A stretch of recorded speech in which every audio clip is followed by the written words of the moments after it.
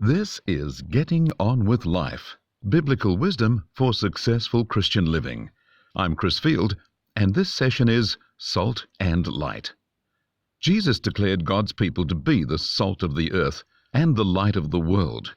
Jesus said, "You are the salt of the earth, but if the salt loses its saltiness, how can it be made salty again?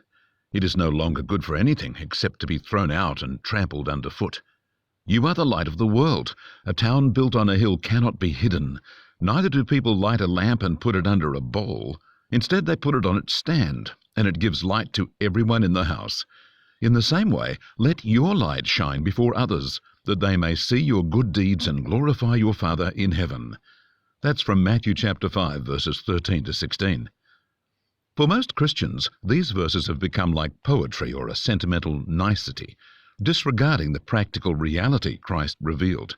So let's take a moment to consider what we are being told by the Lord of all creation. Firstly, note two different and yet similar statements about us being like salt and like light. Both salt and light have influence, so it seems like two ways of saying the same thing. It's as if God is saying, pay attention to the influence you have on the world around you. Digging a little deeper, however, we note that the salt is related to the earth, and light is related to the world. They are similar things, but each has its own meaning and significance. In the original text, the ancient language word for earth refers to the soil and symbolizes such things as a country, the ground, the land, and the world. It has a terrestrial significance.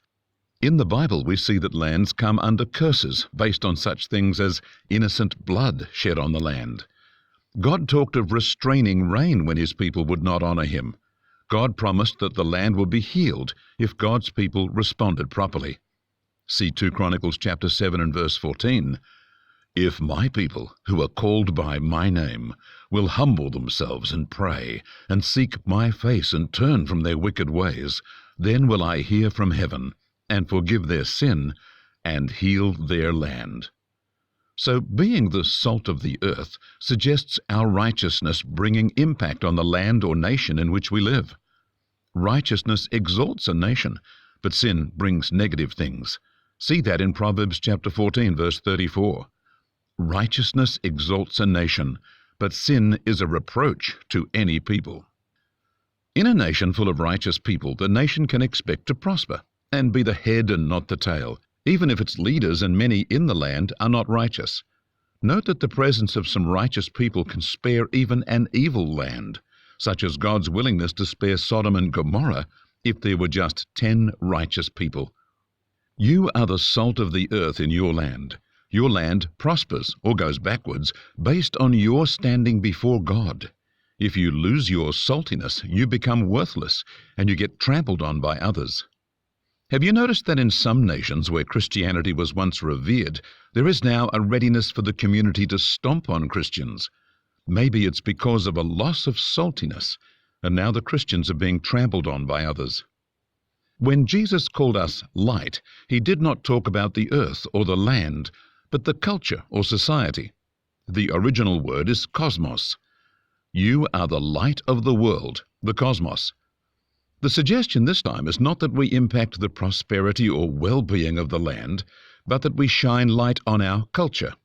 One key reason is that light exposes and dispels darkness. In John chapter 3, verse 20, it says, "Everyone who does evil hates the light and won't come to the light because their evil deeds will be exposed." And in Ephesians chapter 5, verse 11, "Have no fellowship with the fruitless deeds of darkness, but rather reprove and expose them." And in Ephesians 5:13 it says, "Everything exposed by the light becomes visible, for everything that exposes things is a light." So we see that we are to impact our culture, standing up for godly values in a world which wants to engage in dark and selfish things. That doesn't mean we'll be loved for that, but more likely despised, since those who love darkness will be disturbed by us. But they won't have power over us, since light dispels darkness. By shining our light, we create an environment where dark things cannot operate, so go somewhere else to find a friendly home. Note, though, that Jesus prompts us to let our light shine. Many Christians hold to godly things in a hidden way. Maybe they are afraid that shining their light will cause trouble. Jesus, on the other hand, prompts us to let our light shine so men will see the good we are doing and glorify God.